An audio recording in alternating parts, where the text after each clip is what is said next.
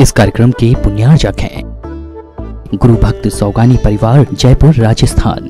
श्री मोतीलाल जैन, श्रीमती स्नेहलता जैन, श्री वीरेंद्र कुमार जैन, श्रीमती ऋतु जैन, श्री ईशांत जैन, श्रीमती रिधिमा जैन एवं वासु जैन, अहिंसा jewels, model town, Delhi परिवार। श्री विपिन जैन, श्रीमती सुनीता जैन, पुत्र एवं पुत्र वधू, श्री विनीत जैन, श्रीमती अनीशा जैन, पुत्री दामाद, श्रीमती स्वाति जैन, श्री निशांत जैन, पौत्र व्यान जैन, नाती अवीर जैन, वेदांत जैन एवं समस्त सेठ परिवार, पटेरा, दमोह, मध्य प्रदेश। श्री महावीर प्रसाद जैन, श्रीमती जतन देवी, श्री कमल जैन, श्रीमती अनीता जैन, श्री मुकेश जैन, श्रीमती मैना जैन, मितुला जैन, अनुषा जैन, कृति जैन, स्नेहा जैन, तपेश जैन, दर्शनी जैन एवं समस्त परिवार कांकरोली वाले, श्री महिपाल, मीनाक्षी, शुभम, कृतिका, मर्यादा, हिति, भीलवाड़ा वाले, फर्म्स, श्री द्वारिका मार्बल, कथन एक्सपोर्ट, यथार्थ, एमरोल्ड स्टोन, जिला राजसमंद, राजस्थान। जय जिनेंद्र दर्शकों, मैं दीपिका और एक बार फिर से आप सभी का हार्दिक स्वागत करती हूं जिनवाड़ी चैनल पर। दर्शकों, कुछ देर पहले आप देख रहे थे मध्य प्रदेश प्रांत की धर्मनगरी दमोह स्थित नन्हे जैन मंदिर जी में परम पूज्य संत शिरोमणि आचार्य श्री 108 विद्यासागर जी महाराज एवं परम पूज्य आचार्य श्री 108 समय सागर जी महाराज के मंगल आशीर्वाद से आयोजित महाग्रंथ महावाचना महाशिविर के 5वें दिन का विशेष प्रसारण। परम पूज्य निर्यापक श्रमण मुनिपुंगव श्री 108 सुधा सागर जी महाराज के पावन सानिध्य में चल रहे इस भव्य महाशिविर में शिवरार्थियों को प्रतिदिन धर्म ग्रंथों की वाचना करने का सौभाग्य मिल रहा है। तो आइए दर्शकों, विशेष प्रसारण के माध्यम से एक बार पुनः सम्मिलित होते हैं इस महाशिविर के 5वें दिन की शेष गतिविधियों में। शैवोपशम का अर्थ क्या है? एक और थोड़ा सा बताओ। हाँ, पूरा 80% सही है, 20% और एक और बता दो। ये सही हो गया, एक और थोड़ा सा और हो गया, वो सही हो गया। तो ये तो हुआ अभाव। सद्भाव क्या है? तो वो तो शैवोपशम में हो गया। सभी के सामान बताओ। ये तो अभाव हो गया। सद्भाव क्या है? हाँ, विद्ये कसायो उद्यो आया ना, विद्ये कसायो उद्यो, दूसरी कसाय का उदय। 7 प्रकृतियों का क्षय, क्षयोपशम, उपशम और दूसरी कसाय का उदय होने से सैद्धांतिक अविरत सम्यक दृष्टि बनता है। चारित्र की दृष्टि से अविरत सम्यक दृष्टि की क्या परिभाषा है? चारित्र की दृष्टि से ये तो हुई सैद्धांतिक परिभाषा। चारित्रिक दृष्टि से चौथे गुण स्थान की परिभाषा क्या है? कोई भी हाथ उठा सकता है। हाँ बोले, महिलाओं पीछे बोल रहे। माइक दे दे वहाँ, एक बार माइक दो पीछे,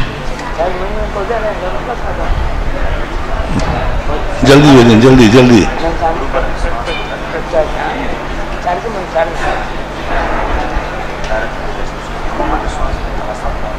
जो इंद्रियों के विषयों से एवं त्रस स्थावर जीवों की हिंसा से विरक्त नहीं है, लेकिन जिनेंद्र भगवान के द्वारा कहे हुए वचनों में पूर्ण सिद्धांत। बहुत अच्छा, बहुत अच्छा।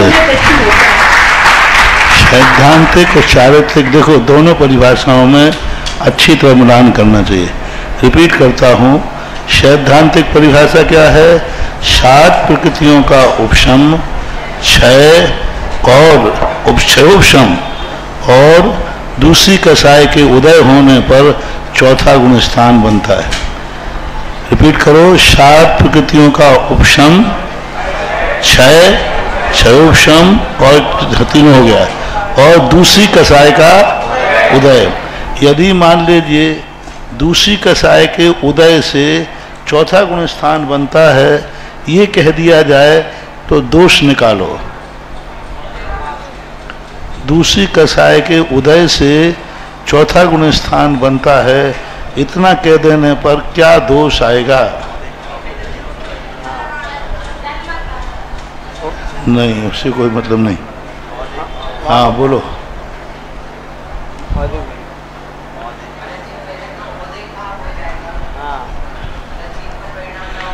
उदय भाव हो ही नहीं सकता, वहां तो चारित्र महीने का प्रसंग ही नहीं है। हम तो कसाय का उदय कर रहे हैं, तो चारित मोहिनी के उदय से उदयिक भाव होते ही नहीं।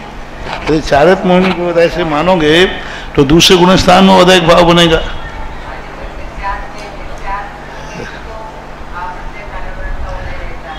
नहीं देखो तू है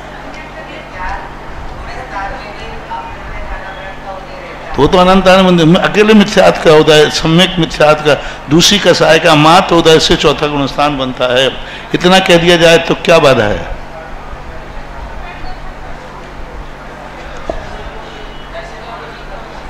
हाँ, अति व्याप्ति दोष बताओ। नहीं, ऐसा गुण स्थान और कौन सा है जहां अकेला अप्रत्याख्यान का ही मात्र उदय होता है? ये देखो ना, अति व्याप्ति दोष निकालो।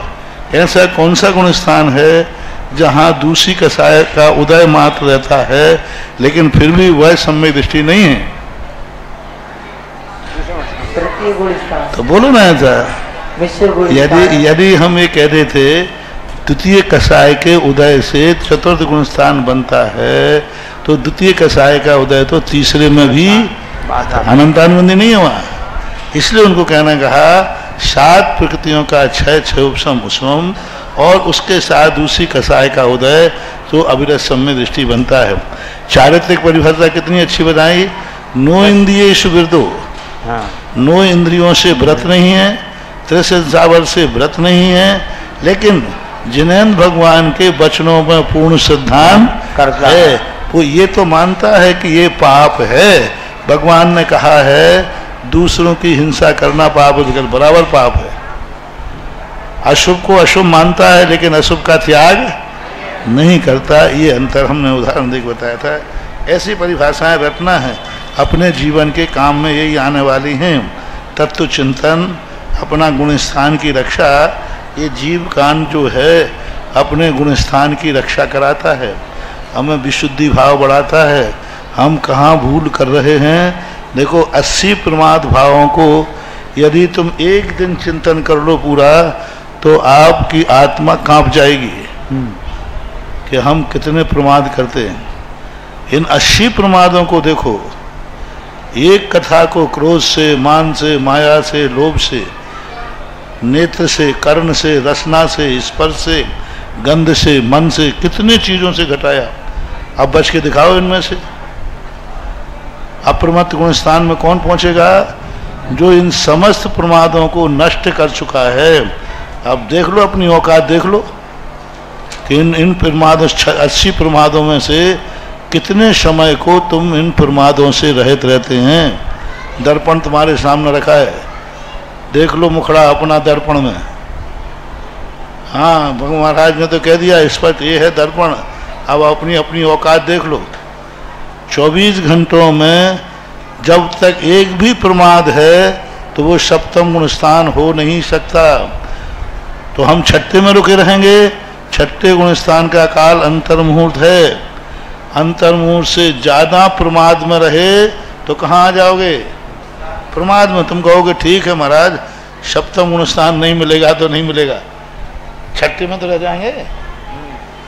चलो कोई बात नहीं, छठे में भी तो भावलिंगी मुनिराज होते हैं। तो आचार्यों ने स्पष्ट कह दिया, छठे गुण स्थान में ज्यादा काल नहीं। छठे गुण स्थान का काल अंतर्मुहूर्त है, या तो ऊपर जाओ या तो एक अंतर्मुहूर्त से ज्यादा यदि हम किसी प्रमाद में ठहर गए इन 80 में से, तो हम नियम से पंचम में चले जाएंगे। और 15 दिन से ज्यादा अलग किसी प्रमाद में ठहर गए तो हम चौथे में चले जाएंगे। और 6 महीने से ज्यादा हम किसी प्रमाद में ठहर गए तो राम से मिथ्यात गुण स्थान में चले जाएंगे। बने रहो बाहर से, बाबा जी जय जय गुरुदेव। हाँ, सुन के फूलते रहो। चारों तरफ जय जय गुरुदेव हो रही है ना, फूलते रहो। अंदर से तो सब कबाड़ा खोखला, कुछ नहीं बचा। इन 80 प्रमादों को यदि अपन चिंतन में लावें तो अपनी औकात पता चल जाती है। कैसे कैसे भंग घटा दिए, इसके साथ किसी ने अभी बन के बताया मुझे, एक एक करके किसके साथ बनाए, देखो कितने कितने कथाओं के। पूरा प्रस्ताव बता दिया। हाँ, पूरे प्रस्ताव था ना, बना के तो टाइप करके लाए कोई। अब एक एक के साथ अब कितनी कथाएं होती हैं, अरे कथाएं खत्म हो जाएं तो कथाओं के साथ मान कसाय हो जाती है। ध्यान रचना इंद्री अकेले एक एक का भी तो हो सकता है, हालांकि एक एक का कभी होता नहीं है। कोई भी प्रमाद अकेला नहीं है। पहले तो ये निर्णय करें, कोई भी प्रमाद अकेला नहीं आ सकता। कोई कथा होगी, कसाय आएगी, कथा होगी तो नियम से कोई कसाय और इंद्री कथा होगी आएगी। अकेली कसाय नहीं हो सकती। कसाय होगी तो फिर आपको इंद्री और कोई ना कोई कथा आएगी, इंद्री नहीं होगी। हाँ, एक मात्र के छठे गुण स्थान की बात कर रहा हूँ, अन्य गुण स्थानों की बात नहीं, क्योंकि विग्रह गति में भी प्रमाद होते हैं, वहाँ इंद्री नहीं होती हैं, कथाएं नहीं होती हैं। लेकिन छठे गुण स्थान वर्ती मुनिराज अकेला एक प्रमाद नहीं कर सकते, कोई ना कोई कसाय के साथ किसी ना किसी इंद्री का व्यापार होगा। और इंद्री का व्यापार है तो कोई ना कोई कसाय वहाँ पर होगी, बिना उसके बन नहीं सकता। इसलिए बहुत अच्छे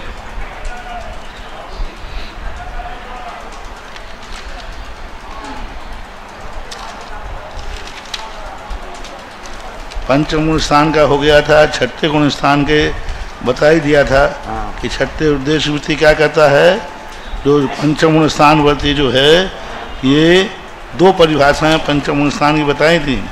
प्रत्याख्यान का उदय, संयम का अभाव, लेकिन अनुव्रत का सद्भाव, पंचम। दूसरी परिभाषा बनाई थी चरणानुग। पहली है सैद्धांतिक परिभाषा, पहली क्या है, और दूसरी है चरणानुग की परिभाषा। जो तस बहाव बिरदु, जो तस की बाधा से रहित है, और अविरदो तह यो थावर वहादो, और वह थावर से अविरत नहीं है। एकम भी समय जीवो हो वृद्धा वृद्धो, एक ही समय में जीव व्रत और अव्रत होता है पंचम स्थान का। और प्रमाद के संबंध में अपन काफ़ी चर्चा कर ही चुके हैं। प्रमाद के संबंध में अपन ने 80 भेद बना लिए, संख्या, प्रस्तार, नष्ट और समुदिष्ट। संख्या सब बता ही दिया था। प्रस्तार का अर्थ है उनके भंग बनाना, संख्या यानी संख्या, प्रस्तार यानी संयोगी भंग। प्रस्तार का अर्थ क्या है, संयोगी भंग। और नष्ट का अर्थ क्या है, संख्या से पद निकालना। समुद्र क्या है, भंग से संख्या निकालना। इतना आपको रख लेना चाहिए। अब उसके बाद जो विषय चला था अपना, बहुत अच्छा विषय, अधा प्रवृत्तिकरण। अधा प्रवृत्तिकरण की परिभाषा, अधा प्रवृत्तिकरण का काल कितना है, एक अंतर मुहूर्त काल है। आधा प्रवृत्तिकरण का काल कितना है, एक अंतर मुहूर्त। आधा प्रवृत्तिकरण की परिभाषा क्या है, आधा प्रवृत्तिकरण का जो कारण है वह क्या है, समान होते हैं, ऊपर वाले नीचे वाले जो परिणाम उनके परिणाम समान होते हैं। क्या परिभाषा है, ऊपर के समयवर्ती जीवन परिणाम, नीचे के समयवर्ती परिणाम है, दोनों सदृश यानी एक से रहते हैं। सदृश भी रहते हैं, विसदृश भी, हाँ। दोनों मना। भिन्न समयवर्ती परिणामों के जीव एक समान भी होते हैं, विसदृश भी। जैसे कहा था, एक व्यक्ति ने 10 नंबर के परिणाम के, पीछे वाले ने 20 नंबर के कर लिए, विसदृश हो गया। और 1 मिनट बाद में जो परिणाम किए चला था, फिर भी उसने बराबर परिणाम कर लिए। भिन्न समयवर्ती दो जीवों के परिणामों में सादृशता और विसदृशता पाई जाती है, उसे अधा प्रवृत्तिकरण कहते हैं। अथवा एक ही जीव के भिन्न समय में अधो और ऊपर के परिणाम पाए जाते हैं, तो उसे अधा प्रवृत्तिकरण कहते हैं। उब्रम आया था ना, कहता उब्रम गाथा 48 में, उब्रम भावा हेट्यम भावा सरस का होंती। ऊपर के भाव और नीचे के भाव, यानी पहले के भाव और बाद के भाव में विशुद्धि बढ़ना चाहिए, लेकिन विसदृश हैं। 100 के नंबर बढ़े थे, 100 का दूसरी बार नहीं बढ़ा, थोड़े मंद हो गए। विशुद्धि ज्यों की तो है, विशुद्धि भी समान रहेगी और संख्या समान रहेगी। दोनों सदृश रहेंगे। विशुद्धि तो बढ़ती हुई रहती है, हाँ। विशुद्धि में घटी नहीं, क्योंकि जैसे व्यक्ति लब्धि में प्रवेश करता है विशुद्धि तो निरंतर बढ़ती ही रहती है, विशुद्धि में कमी नहीं आएगी। लेकिन जिस कारण से विशुद्धि जितनी बढ़ना चाहिए थी, जैसे कहा था ना, अभी विशुद्धि बढ़ी तो उसने 100 नंबर का कर लिया और दूसरी बार में उसने 50 नंबर किया, तो विशुद्धि तो 150 पर पहुंच गई, बढ़ तो गई, 150 हो गई। लेकिन उसमें पहले तो 100 बढ़ाया था, फिर 50 बढ़ाया, 100 बढ़ने दिया। हाँ 100 से ऊपर बढ़ना थी, तो विशुद्धि तो बढ़ाएगा वो, 100 से 150 पर पहुंच गया। लेकिन 150 ना होकर 200 होना चाहिए थी। ये उभरम भाव और हेट्यम भाव को ध्यान में रखना। उभरम भाव और हेट्यम भाव में सादृश्यता पाई जाती है, उसे अधा प्रवृत्तिकरण कहते हैं। रिपीट करो, ऊपर के भाव में और नीचे के भाव में जहाँ सादृश्यता पाई जाती है, समानता पाई जाती है, उसे अधा प्रवृत्तिकरण कहते हैं। जिसका काल कितना है, ऐसे अधाप्रवृत्त परिणामकरण के परिणाम कितने होते हैं, असंख्यात लोक प्रमाण परिणाम हैं। यानी अधाप्रवृत्तिकरण के जीव, नाना जीव अधाप्रवृत्तिकरण कर रहे हैं, लेकिन सबके नंबर एक से ही नहीं है। जैसे एक क्लास में 60 बच्चे पढ़ रहे हैं, सभी एक ही क्लास के माने जाएंगे कि नहीं, लेकिन सबके नंबर अलग है, बस ऐसा मान लो। अधाप्रवृत्तिकरण है, लेकिन सबके नंबर भिन्न भिन्न है, किसी के 33, किसी के 34, किसी के 35, कोई के 30, कोई के 20, सबके जितने हैं नाना प्रकार के। ऐसे ही असंख्यात लोक प्रमाण वाला अधा प्रवृत्तिकरण होता है। अब एक समय में एक साथ तो असंख्यात लोक प्रमाण बनेंगे नहीं, तो ये त्रिकाल की अपेक्षा है। अतीत, अनागत, वर्तमान में इससे ज़्यादा परिणाम नहीं होते हैं अधिकतम। तो 3 बातें अधा प्रवृत्तिकरण में रटना है। एक तो परिभाषा, नीचे ऊपर के परिणामों में सादृश्यता पाई जाती है। ये एक जीव की अपेक्षा तो बन ही नहीं सकता, क्योंकि एक जीव इतने बार अधा प्रवृत्तिकरण करता ही नहीं है। क्योंकि श्रेणी चढ़ेगा, सम्यक दर्शन प्राप्त करेगा, एक स्थान पर बन सकता है यहाँ, पर यहाँ नहीं बनेगा। यहाँ क्या है, उपशम श्रेणी की बात चल रही है, यहाँ सप्तम गुण स्थान की बात कर रही है, तो 2 बार ही उपशम श्रेणी चढ़ेगा। पूरे जिंदगी काल में 4 बार, 4 बार से ज़्यादा उपशम श्रेणी होती नहीं।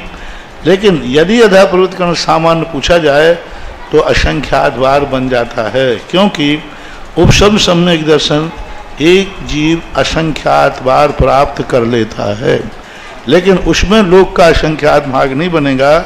यहाँ क्या है, भाग नहीं है, लोक के असंख्यात लोक प्रमाण। और सम्यक दर्शन जो प्राप्त करता है एक जीव, फल के असंख्यात में भाग वार प्राप्त कर सकता है। ऐसा मुनिश्री नमोस्तु। महर्षि, इसमें उपसम श्रेणी वाला और छायक सम्यक दृष्टि हो और उपसम सम्यक दृष्टि हो, तब उसकी अंतर मुहूर्त में अंतर रहेगा क्या?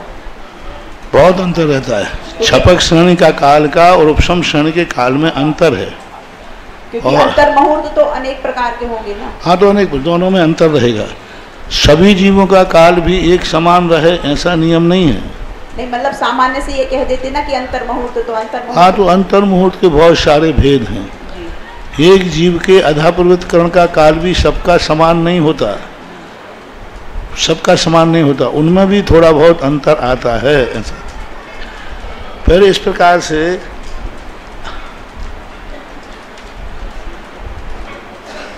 अब ये तो हुई अधा प्रवृत्तिकरण की परिभाषा। एक ही परिभाषा अधा प्रवृत्तिकरण की है और 2 गाथाएं दी थी। अब अपूर्वकरण किसे कहते हैं? अपूर्वकरण का काल कितना है? अंतर मुहूर्त। इसके भी परिणाम कितने हैं? असंख्यात लोक प्रमाण हैं। ये कैसे होता है? आधा प्रवृत्तिकरण के पहले होता है कि बाद में? हाँ, क्या लिखा है? अंतो मुहूर्त कालम गम्यूण आधा प्रवृत्तिकरणम तम। आधा प्रवृत्तिकरण के अंतर मुहूर्त काल निकल जाने के बाद प्रति समय शुद्धजंतु, प्रति समय शुद्धता को प्राप्त होता हुआ अपूर्वकरण का आश्रय लेता है। गाथा नंबर 50।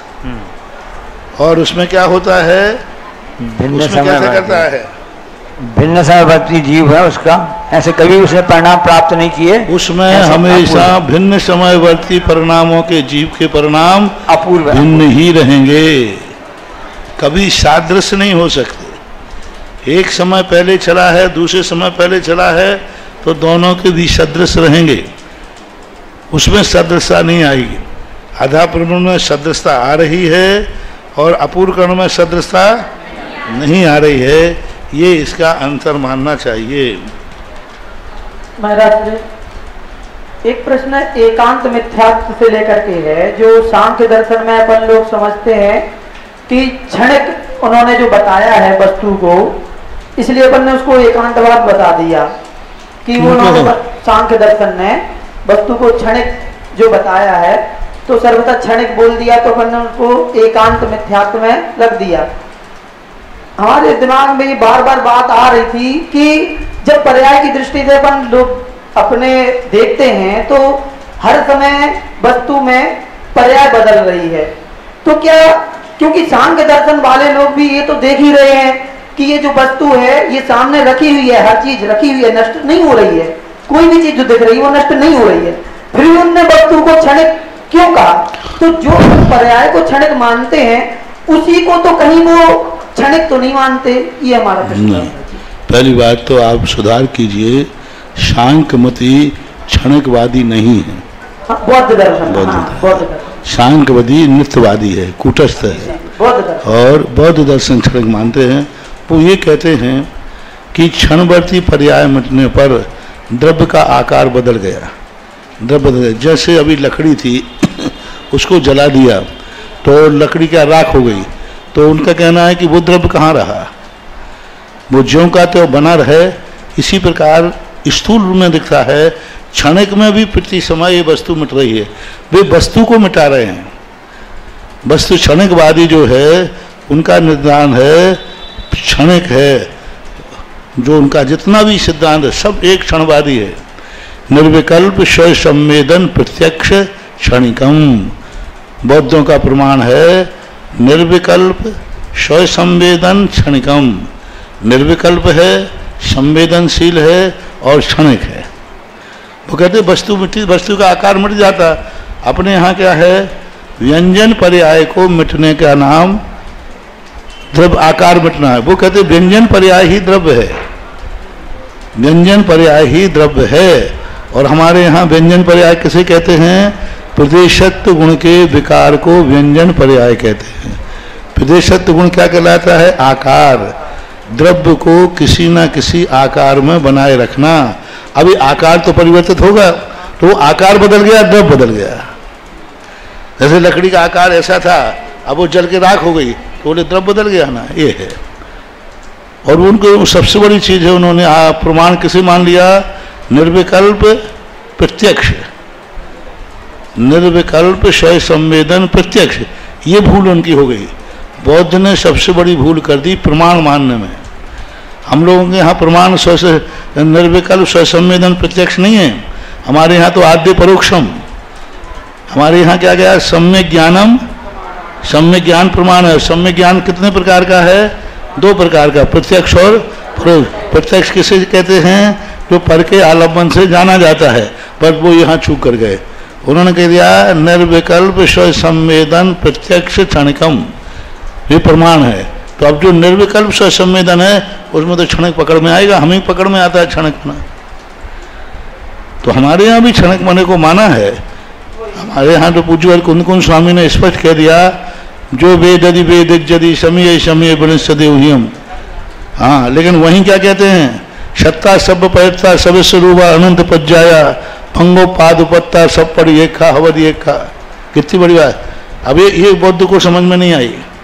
सत्ता सब पैरता सब स्वरूपा अनंत पज्जाया भंगो पाद उपत्ता सब पड़ी एक खा हवद एक खा, यदि पंचास्ती का है ना। सत्ता सब पैरता सब स्वरूपा अनंत पज्जाया, प्रत्येक द्रव्य अपनी सत्ता स्थापित करता है और अनंत पर्यायात्मक है। सब परिवेक का अवधि एक का, सब प्रतिपक्ष होकर के भी एक है।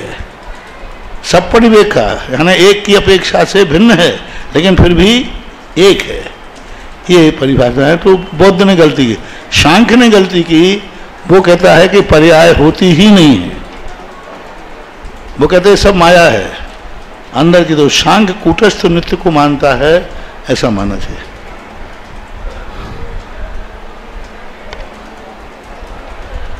अंत मुहूर्त इस प्रकार से कैसा है, विसदृश भी हैं अपूर्वकरण और सदृश परिणाम भी होते हैं। अब अनुवृत्तिपूर्ण परिणाम जो कल अपन ने चला था, रिपीट करें फिर से। आधा प्रवृत्तिकरण किसे कहते हैं? ऊपरम और नीचे के परिणामों में समानता मिलती है, उसे आधा प्रवृत्तिकरण कहते हैं। इसका काल अंतर मुहूर्त होता है, इसके असंख्यात लोक प्रमाण भेद होते हैं। और ये कब होता है? अब यहाँ पर कब बना रहे हैं? जब व्यक्ति सातिशय अप्रमत्त गुण स्थान में जाता है। और सातिशय अप्रमत्त गुण स्थान कब होता है? एक के बाद एक अप्रमत्त गुण स्थान कब होता है? उस गाथा को याद करो। नठठ शेष अशेष पमादा, एक गाथा का प्रारंभिक रूप है। कौन सी गाथा निकाल लो? संपूर्ण नठठ शेष, नठ यानी अशेष, संपूर्ण प्रकार के प्रमाद नष्ट हो रहे हैं। गाथा देख लो एक। महाराज जी फोटोकॉपी वाली पुस्तक में वो वाली गाथा है नहीं, 46 नंबर की गाथा फोटोकॉपी वाली पुस्तक में नहीं है, इसलिए वो केवल मूल पुस्तक में है। नठठ शेष पमादा, नठा शेष पमादा। हाँ ठीक है। आप तो सप्तम गुण स्थान की परिभाषा बनाओ, क्या है? लोग कहें हम सप्तम गुण स्थान में बोलते हैं, मुनि हैं, भावलिंगी हैं, सब मुनि बराबर होते हैं, सब मुनि, हम भी तो मुनि हैं। तो उनसे उनको पूछ लो अपने आप में, नठा शेष पमादा। फिर उसके बाद क्या कहा था? देखो पकड़ना बात, व्रत शील आदि से युक्त हैं। बयाने व्रत शील पहुड़ी आदि से पिंडी और नानी, उन सब से रहते हैं। यानी 80 प्रमादों से जब रहित होता है, एक प्रमाद से नहीं, 80 अशेष शब्द डाला है, अशेष। नठा शेष पमादा, गौर करें इसको। समस्त प्रमाण के 80 प्रमाण नष्ट हो गए हों, और फिर व्रतशील सपंडियो, एक एक करके नहीं, कोई एक नहीं, पिंड शब्द डाला कि नहीं उसमें? क्यों डाला? नहीं, अहिंसा व्रत है, सत्य व्रत नहीं है। सत्य व्रत है, अचौर्य व्रत नहीं है। अचौर्य व्रत है, परिग्रह व्रत नहीं है। समग्र सपंडियो, पिंड का अर्थ होता है समग्र। व्रत और शील संपूर्ण रूप से जिनके अंदर विद्यमान हैं, ऐसे जीव के लिए क्या कहा है? अप्रमत्त गुण स्थान कहा है। कौन सी? 46 नंबर की गाथा है, जिसमें कहा गया, इसमें तीनों कहे, उपशम, खौपशमो, ध्यान लीनो, एक शब्द और दिया, ध्यान में जो लीन होते हैं। ये परिभाषा इन्होंने बनाई है। और अतिशय वाला, ये तो हुआ स्वस्थान, अप्रमत्त के दो भेद कहे। अब अतिशय वाला कौन है? 21 प्रकृतियों के, 21 प्रकृतियों के। मोहिनी की कितनी प्रकृतियां होती हैं? 28। 28 में से 7 पहले निकाल दी गई। 21 प्रकृतियों के क्षय और उपशम के लिए, क्षय उपशम के लिए नहीं, क्षय और उपशम के लिए जो करण किए जाते हैं निमित्त रूप से, उन करणों में अधा प्रवृत्त करण जब रचता है तो उसे अतिशय गुण स्थान कहते हैं। परिभाषा ऐसी बनाओ, अधा प्रवृत्त करण परिणाम किसे कहते हैं? उपरम और हेतम परिणामों में सादृशा पाई जाती है, उसे अधा प्रवृत्त करण कहते हैं। इसके कितने रूप होते हैं? असंख्यात लोक प्रमाण होते हैं। इसका काल कितना होता है? अंतर मुहूर्त। ये कहाँ होता है? 7वें गुण स्थान। 7वें गुण स्थान में। कौन से 7वें गुण स्थान में होता है? सातिशय गुण स्थान किसे कहते हैं? अब देखो आ गया ना, एक के बाद एक आ गया। सातिशय गुण स्थान किसे कहते हैं? 21 प्रकृतियों का, 21 प्रकृतियों के उपशम और क्षय के लिए जो करण किए जाते हैं, उन करण करने में अधा प्रवृत्ति करण जब किया जाता है प्रथम, उसे क्या कहते हैं? अधा प्रवृत्ति। अब उल्टे चलो, इसका अर्थ है कि एक गुण स्थान और है।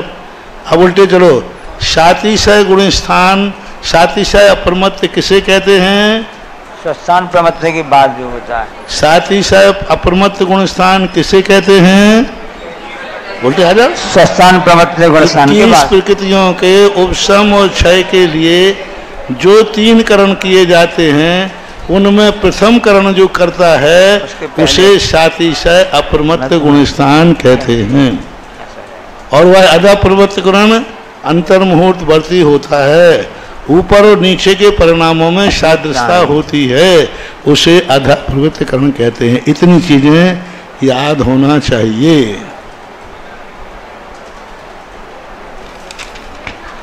निमित्ताणी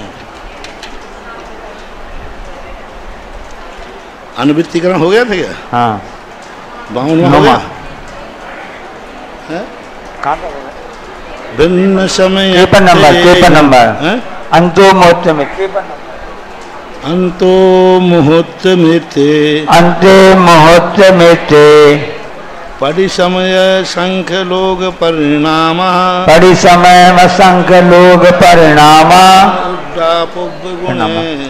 कमे उड्डाप गुण परिणाम, नथिनी में अनुकट्टी नथिनी मेण।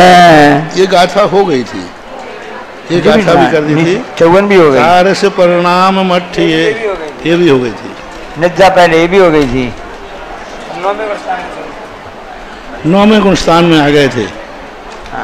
और अपूर्व गुणस्थान की जो परिभाषा है पढ़ लेना कि उसमें किस प्रकार के कार्य। 9वें गुणस्थान का स्वरूप कहते हैं, पेज नंबर 40, कार्य का नंबर 56। एकम विकाल समये, एकम विकाल समये संठाणादेहि जय निवर्तन्ति, संठाणादेहि जय निवर्तन्ति, न निवर्तन्ति तहाविय, न निवर्तन्ति सहाविय, परिणामेयमिहो जेहिम, परिणामेयमिहो जेहिम। एकस्मिन् समये, एक समय में, संथान आदि जय निवर्ततिम, संथान आदि जो हैं उनमें भिन्नता पाई जाती है। हालांकि यहाँ प्रसंग नहीं था, फिर भी वो ला रहे हैं कि 9वें गुण स्थान में देखो किस बात को कहाँ ले गए पूज्यवर, क्योंकि अब 9वें गुण स्थान में एक समयवर्ती जीव के एक समान ही परिणाम होंगे। 100 लोग भी चढ़ेंगे तो वहाँ जाते उसका वही परिणाम होगा, एक समान। एक समयवर्ती जीवों के भिन्न परिणाम नहीं होते। और वहाँ क्या था, एक समयवर्ती जीवों के नाना परिणाम हो सकते हैं, लेकिन अनुवृत्तिकरण में एक समयवर्ती का एक ही परिणाम होगा। तो फिर मुनि महाराज की हाइट भी एक होती होगी, कलर भी एक होता होगा, आँख कान नाकें भी एक होती होंगी, केवल परिणाम ये सब होगा। लगा सकते हैं क्योंकि एक समय में एक समान होता है। तो पूज्यवर ने कहा दिया नहीं, संस्थान आदि तो नाना प्रकार के हैं। एक ठनगा भी है और एक बड़ा भी है, एक काला भी है, गोरा भी है, एक काना भी है और एक आँख वाला भी है, और किसी न किसी प्रकार के होते हैं। मुनियों के बाहर के आकार प्रकार कभी एक समान होते नहीं। पाग बाग वाणी प्रवृत्ति, पाग बाग वाणी प्रवृत्ति ये कभी एक समान नहीं होते। पगड़ी, कितने भी राजस्थानी लोग कितनी पगड़ी बांधे, आजकल तो मशीन से बनने लगी इसलिए एक सी बनती है। 1000 लोग भी पगड़ी हाथ से बांधे, सभी की पगड़ी एक समान हो ही नहीं सकती। हाथ से बनती है, मशीन की नहीं। पाग बाग, बाग ने आवाज, आवाज सबकी एक समान। बाग बाणी, बोलने की प्रोसेस कला एक समान नहीं होती है। सबकी टोन से अपन पता चलते है किसका प्रवचन चल रहा है, तो पता चल रहा है। बाग बाणी प्रवृत्ति, चलने का ढंग, चलने की ढाल सबकी एक सी नहीं होती, और अंगूठा तो किसी का एक होता ही नहीं है। आज तक बताओ 7-8 अरब जनता है, इसी को देखकर तो लोग कहते हैं इतनी व्यवस्थित चीजें बन रही हैं, कोई ना कोई ऊपर माइंडेड आदमी जरूर बैठा है, मास्टर माइंड, कोई मास्टर माइंड बैठा है जो इसको इस प्रकार से लाता है कि अंगूठा मैचिंग नहीं कर जाए। 8 अरब जनता है विश्व की, किसी का अंगूठा आज तक एक समान नहीं मिला, ऐसा लोग कहते हैं। दोनों हाथों के भी नहीं मिलते। अब अलग है, इन उंगलियों में भी अपनी जिंदगी लिखी रहती है, इन्हीं में जो रेखाएं बनी ना, ये चक्र भी होती हैं, शंख भी होती हैं। किसी की रेखाएं लेंस से दिखती हैं, वो चक्र भी बनता है और शंख भी बनता है। तो ऐसे इसी प्रकार से क्यूआर कोड बनने लगे हैं। इतने क्यूआर कोड होते हैं ना, काला काला ऐसा क्यूआर कोड, कितने प्रकार के पकड़ में नहीं आते, समझ में बहुत है। तो उनका कहना है संतान आदि चाहे निबंती, यानी वो तो नाना प्रकार के हैं, संस्थान है, आकार है, कषाएं भी नाना प्रकार की हैं, कर्मों का उदय। हाँ ये तो संस्थान आदि शब्द से क्या लेना, परिणाम, कषाएं, ज्ञानावरणी, किसी का ज्ञानावरणी का क्षोभसम अलग है, दर्शनावरणी का अलग है। आदि शब्द से क्या लेना, संस्थान से क्या लेना, मुनिराज के बाहर का आकार प्रकार, और आदि शब्द से क्या लेना, कर्मों का क्षय क्षोभसम।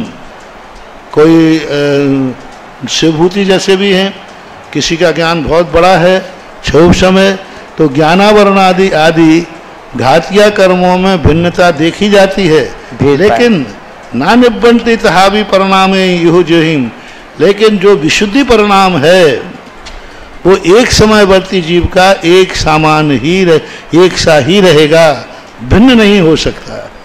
इसलिए अनिवृत्तिकरण परिणाम, अनिवृत्ति आने निर्वृत्ति आने भिन्न, और अनिवृत्ति आने भिन्नता नहीं होती है। होन्ति अनिवट्टिणोते, होन्ति अनिवट्टिणोते, परिसमयम जेस्मिक परिणामः, परिसमयम जेस्मिक परिणामा, विमल यर झाण हुई, विमल यर झाण हुए, वैसे हाइम निद्दट कम वना, वैसे हाइम निद्दट कम वना। अब इसमें क्या कहते हैं, होन्ति अनियट्ठोते परिसमयम, जैसी एक परिणाम है। अनिवृत्ति परिणाम में प्रति समय ऐसाम, यानी जिनके एक परिणाम होते हैं। कैसे होते हैं, विमल तर परिणाम होते हैं, ध्यानमय परिणाम होते हैं। विमल परिणामों से ध्यान में क्या करते हैं, ध्यान में आहूत वह सिहाही, आहूत आहुत यानी अग्नि, ध्यान हुत वह शिखा, हुत वह ने अग्नि की शिखा से क्या करते हैं, अग्नि शिखा के द्वारा निर्दग्न निर्दट्ठ कम बड़ा, यानी अब 9वें गुण स्थान में सही कर्मों को नष्ट करेंगे। 9वें गुण, अब 9वें गुण स्थान की परिभाषा बना क्या बन गई, एक समयवर्ती परिणामों के जीव के परिणाम समान, एक समान होते हैं। कैसे होते हैं, विमल होते हैं, ज्ञान रूपी अग्नि से कर्मों को दग्ध करने वाले होते हैं। गाथा सरल है। दुध को शुंभवत्थम, दुध को शुंभवत्थम, हो ही जहा सुमराय संयुक्तम, हो ही जहा सुमराय संयुक्तम, एवं स्वयं कसायो, एवं स्वयं कसायो, शरा गोतिना दब्बो, सुहम शरा गोतिना दब्बो। तीनों भावों को एक बार एक साथ में बता दीजिए, अधःकरण, अपूर्वकरण और अनुवृत्तिकरण, तीनों में अंतर दोनों में कि किसमें क्या होता है एक साथ। आधा प्रवृत्तिकरण तो हमने विस्तार से बता ही दिया। आधा प्रवृत्तिकरण क्या है, जो सप्तम गुण स्थान में श्रेणी को चढ़ते समय 21 वृत्तियों को क्षय करने के लिए जो परिणाम किया जाता है वो आधा प्रवृत्तिकरण परिणाम है। जो पीछे और आगे वाला इन दो जीवों में या एक ही जीव में परिणामों में विसदृशता पाई जाती है। और सदृशता पाई जाती, समानता कौन से जीवों में? भिन्न समयवर्ती जीवों में सदृशता और विसदृशता पाई जाती है। अपूर्व कर्म परिणामों में जाकर के वह एक समयवर्ती जीवों में विसदृशता पाई जाती है, भिन्न समय में भी विसदृशता रहती है। एक समयवर्ती परिणाम कोई अपूर्व कर्म में गया है तो उसके सदृश परिणाम भी होंगे और विसदृश परिणाम होंगे, और भिन्न समयवर्ती जीवों के विसदृश ही परिणाम होते हैं। अंतर करो, आधा प्रवृत्त करण में भिन्न समयवर्ती जीवों के परिणाम समान थे और अपूर्व करण में भिन्न समयवर्ती जीवों के परिणाम समान नहीं है, और एक समयवर्ती जीवों के परिणाम, हाँ, इनमें दोनों बराबर है। आधा प्रवृत्तिकरण में एक समयवर्ती जीवों के परिणाम समान भी हो सकते हैं और असमान भी होते हैं, लेकिन भिन्न समयवर्ती जीवों के परिणाम समान हो सकते हैं। और यहाँ पर भिन्न समयवर्ती जीवों के परिणाम कभी समान नहीं होंगे। और अनुवृत्तिकरण में एक समयवर्ती परिणाम जीवों का परिणाम एक ही होगा, समान नहीं, एक ही परिणाम होगा, एक ही क्वालिटी का परिणाम होगा, एक ही स्व परिणामों को वह करता है। हालांकि अंतर्मुहूर्त परिणामों में इसके असंख्यात लोक प्रमाण भाव नहीं है। किसके? अनुवृत्तिकरण परिणाम के असंख्यात लोक प्रमाण परिणाम नहीं बनते। कौन सी गाता पलट गया पन्ना? 57 हो गई, 10वां गुण स्थान।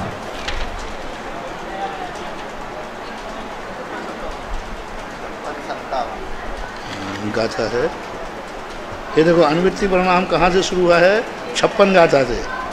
हाँ 56। अब इसमें देखो अंतर देखना, अपूर्व करण में और अनपूर्व करण में असंख्यात लोक प्रमाण परिणाम कहे थे कि नहीं? हाँ, यहाँ नहीं कहे, छठ में, क्योंकि यहाँ परिणाम निश्चित हैं। जितना परिणाम होना है, कितने जीव चले जाओ, चाहे आज आओ, चाहे कल आओ, चाहे अनंत काल के भाव आओ, वहाँ पर उस क्वालिटी का ही परिणाम होगा, तभी बनेगा, अन्यथा बन ही नहीं सकता। लेकिन अपूर्व करण और अनुवृत्ति का आधा प्रवृत्तिकरण में ऐसा नहीं होता है। और बोलो, कोई संदेह हो तो बोलो। इसमें अभेद प्रवृत्तिकरण की गाथा में सदृश परिणाम लिखा है, विसदृश परिणाम नहीं लिखा है। अपन व्याख्या में तो आ रहा है, लेकिन गाथा में केवल संख्या और विशुद्धि की अपेक्षा समान लिखा है। क्या लिखा? आगे पीछे बढ़ो। ऊपर और नीचे के भाव वाले परिणाम संख्या और विशुद्धि में समान परिणाम होंगे। संख्या और विशुद्धि में अलग चीज है। समान परिणाम का अर्थ क्या? ऊपर हिट्टम वाले के समान परिणाम है ना, एक समयवर्ती तो नहीं, इसलिए तो आधा प्रवृत्त बन रहा है। आधा प्रवृत्त विसदृश तो सबके बनेंगे, अपूर्व करण में बनेगा, लेकिन यहाँ क्या बन रहा है? भिन्न समयवर्ती परिणाम जीवों के सदृश परिणाम बन रहे हैं ना, भिन्न समयवर्ती के भी सदृश बन रहे, ये तो समझ में आ रहा है। यही तो है, बस और क्या करना है। लेकिन समान समयवर्ती जीवों के भिन्न हो रहे हैं, ये नहीं समझ आ रहा है। समान वहाँ करने की इसलिए नहीं जरूरत पड़ी है, हाँ। क्योंकि अपूर्व कर्ण से मैचिंग कर रहा है वो। समान समयवर्ती जीवों के परिणाम भिन्न भी होते हैं, वो तो अपूर्व कर्ण में भी होते हैं, इसलिए उस परिणामों को इन्होंने नहीं लिया। हाँ। इन्होंने परिभाषा में क्या लिया? असाधारण परिणाम, जो अपूर्व कर्ण में नहीं होता है वो इन्होंने ले लिया, जो अपूर्व कर्ण में भी होता है उसको नहीं लिया, क्योंकि एक समयवर्ती के परिणामों में भिन्नता चाहिए ना तुम्हें, वो इसलिए नहीं लिया कि अपूर्व कर्ण में भी ऐसा होता है। वहाँ असाधारणता क्या है? भिन्न समयवर्ती जीवों के परिणामों में सादृशता पाई जाती, ये विशेषता किसकी है? आधापूर्व। और अपूर्व कर्ण की विशेषता क्या है? भिन्न समय परिणामों के जीव विसदृश होंगे, तो एक समयवर्ती परिणाम जीवों के, हाँ, उसको कहा नहीं है, विशेषता इन्होंने बता दी, ये अंतर है। दुध को शुंभ पढ़ने का था। तो कैसे कहते हैं? अब 10वें गुणस्थान की बात करते हैं। दुध कोशुंभ वत्थम, कोशुंभ नाम का कोई वस्त्र है। अब कोशुंभ यानी कोशा का वस्त्र कह लो या कोई और वस्त्र कह लो। धौत कोशम वस्त्रम, किसी कपड़े को धो दिया गया है। यथा सूक्ष्म राग संयुक्तम, धोने के बाद भी उसमें थोड़ा सा राग बचा रहता है। अब यही कह देते उसमें कि छोटा सा राग बचा रहता है। धोत कम क्यों कहा? धुला हुआ। धोने के बाद क्यों कह रहा है? यही कहो कम मैला है। कम बिल्कुल छोटा सा मैलापन बचा है, उसको सूक्ष्म सांप्राय कहते हैं। धोत कम, धोने का शब्द बिल्कुल लाने की क्या जरूरत थी? बहुत रहस्य है इसमें। सीधा कह देते कम मैला है, बिल्कुल छोटा सा मैल बचा है, छोटा सा मैल बचा है बस। धुले हुए कपड़े में थोड़ा सा बचा है। तो धुले हुए कपड़े में बचा है या मैला कम है, इन दोनों में क्या अंतर था? महर्षि जैसे माड़ वाले वस्त्रों को धोने के बाद भी उसमें माड़ रहता है ना, वैसा। पर जी कम मैला भी हमें सैद्धांतिक बात बताओ कि ऐसा कहने का उनका अभिप्राय क्या है? हाजी थोड़ा मैला भी गहरा हो सकता है। नहीं, हम तो कहते बिल्कुल थोड़ा ही था, बिल्कुल ही थोड़ा ही था। अब धुले हुए कपड़े में क्यों मैल निकाल रहे हैं? बहुत बड़ा रहस्य है, बहुत सिद्धांतिक रहस्य है। क्योंकि परिणामों के द्वारा विशुद्धि से धोता आया ना। ये बोले ना 9वें गुण स्थान में उसने धो धो करके किट्टी करके पूरी मेहनत लगा दी, फिर भी थोड़ा सा बच गया। बादल किट्टी, सूक्ष्म किट्टी, कितनी किट्टीकरण किया है, उन किट्टियों को धो धो धो करके फिर छोटा बड़ा। बिना धुले हुए कपड़े का मैल नहीं है, धोने के बाद ही बचा। 9वें गुण स्थान में धोने, इसलिए उन्होंने दुध कोशुंभ वत्थम हो ही जहा सूक्ष्म सांप्राय संयुक्तम एवं स्वयं कसाओ। इस प्रकार सूक्ष्म कसा जिसमें रहती है, सूक्ष्म सराग, सूक्ष्म राग रहती है, उसे सूक्ष्म सांप्राय कहते हैं। सूक्ष्म का अर्थ थोड़ी सी, सांप्राय का अर्थ होता है पाप। सांप्राय का अर्थ क्या होता है? पाप। पाप, सांप्राय का अर्थ पाप। संप्राय के अर्थ अनेक हैं। हाँ, तो कसाय भी है लेकिन पाप है। तो सांप्रायिक आश्रव जहाँ होता है, यानी पाप कर्मों का आश्रव जहाँ होता है, उसके ऊपर पाप कर्मों का आश्रव नहीं है। अब 10वें गुण स्थान में कौन से पाप कर्म का बंध हो रहा है? लोभ, सूक्ष्म नहीं, लोभ का तो बंद, वहाँ लोभ का बंद तो होता ही नहीं कसाय का। 10वें गुण स्थान में लोभ कसाय का बंद नहीं है। दर्शन चारित्र मोहिनी कर्म का बंद ही नहीं 10वें गुण स्थान में। देखो विशेषता देखना, मोहिनी कर्म का बंद 9वें गुण स्थान तक ही होता है, 10वें गुण स्थान में कोई बंद नहीं होता। फिर 10वें गुण स्थान में पाप कर्म कौन बंद रहा है? वेद 9वें में चले गए। पूरा मोहिनी का परिवार 9वें में खत्म हो गया, कोई बंद नहीं है। अब पुराने पूर्व संस्कार बसात नहीं, कर्मों का बंद हो रहा है, कर्मों का बंद नहीं हो रहा है। पुराना उदय चल रहा, नहीं बंद। नमक बंद होगा। ज्ञानावरणी, दर्शनावरणी, प्राय कर्म का बंद 10वें गुण स्थान में होता है। और 4 पाप 16 प्रकृति का। मोहिनी तो चला गया, मात उदय है। मोहिनी का उदय है, बंद किंचित मात भी नहीं। अब ज्ञानावरणी, दर्शनावरणी और अंतराय, इन पाप कर्मों का बंद 10वें गुण स्थान में होता है। इसलिए सांप्राय का अर्थ होता है पाप। जहाँ तक पाप कर्मों का बंद होता है उसे सांप्राय बोलते हैं, सांप्रायिक बोलते हैं।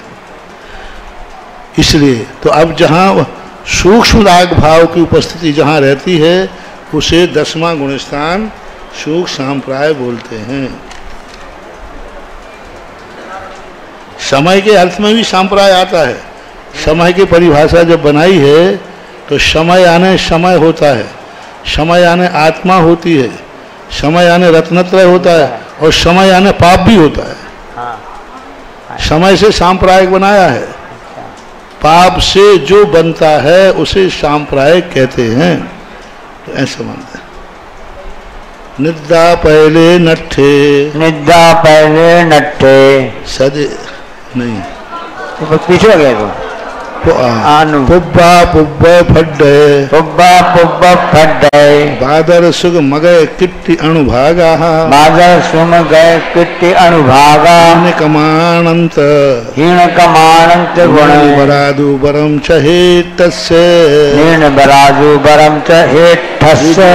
59वीं गाथा में 59 गाथा में धोध कोशुंभ का परिभाषा खोल दिया उन्होंने। कैसे धोए थे कर्मों को? पुब्बा पुब्बा फड्डे, फड्डे बोलते स्पर्धक, स्पर्धक बोलते शक्ति को। शक्ति अंशों का नाम क्या है? स्पर्धक। तो पुब्बा पुब्बा फड्डे, पूर्व पूर्व में जो स्पर्धक थे, बादर से सूक्ष्म किट्टीकरण हुआ। 9वें गुण स्थान में क्या किया? बड़ा कर्म था, उसको क्या किया? मोहिनी का किट्टीकरण किया। ये सूक्ष्म लोग बचा कैसे? ये छोटा सा राग कैसे बच गया? तो कहते हैं वो पूर्व में फट्टा स्पर्धकों को हीन किया, बादर किट्टी की, बादर से सूक्ष्म किट्टी की, सूक्ष्म से भी सूक्ष्म किट्टी की, उसके बावजूद भी थोड़ा लेप बचा रह गया। कैसे किया? कितना अच्छी परिभाषा है। पूर्व पूर्व स्पर्धक, पूर्व अपूर्व फड्डय, फड्डय का अर्थ क्या है? स्पर्धक का शक्ति, कर्मों की जो शक्ति थी उसको पहले कम किया। जैसे आप लोगों की भाषा में कह दें मेथी, मेथी होती ना, कड़वी होती है, तो उसको क्या करती है आप लोग? धोते जाते हैं। बार बार धो करके उसके बार बार क्यों धो रहे? गंदगी है क्या? नहीं, कड़वाहट कम करने के लिए मेथी को बार बार धोने पर खाने योग्य हो जाती। ऐसा ही 9वें गुण स्थान में मुनिराज अपने मोहिनी कर्म को बार बार धोते हैं, विशुद्धि से किट्टी करके उसके अनुभाग को सुखाते हैं। अनंत गुणा अनुभाग सुखाते, एक बार ध्यान की आँच देते हैं, कर्म अनंत गुणा सूख जाता है। फिर दूसरी बार देते हैं, अनंत गुणा सूख जाता है। फिर तीसरी बार देते हैं, अनंत गुणा सूखता है। एक एक समय में अनंत अनंत गुणा जो कर्म बांधे थे उनकी अनुभाग शक्ति को सुखाते हैं। और उनको कैसे सुखाते हैं? जैसे बंद के समय कोई जीव ने कर्मों का बंद कैसे होता है? कर्म बांध दिया पूरा फुल अनुभाग के साथ। अब इसको कैसे उदय में लाएं? यदि पूरा का पूरा उदय में आ जाए तो मर जाएगा व्यक्ति। पूरे कर्म यथावत उदय में आ जाएं तो सहन नहीं हो सकता। जैसे आम के मोर पर मोर लगता है ना, यदि पूरा मोर फल जाए तो पेड़ ही खत्म हो जाएगा, लेकिन कितना मोर गिर जाता है।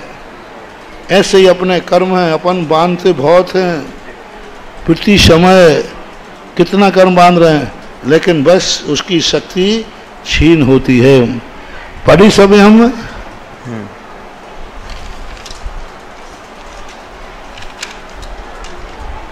हीन काम, हीन कम, हीन करता हुआ, कितना हीन कम करता है?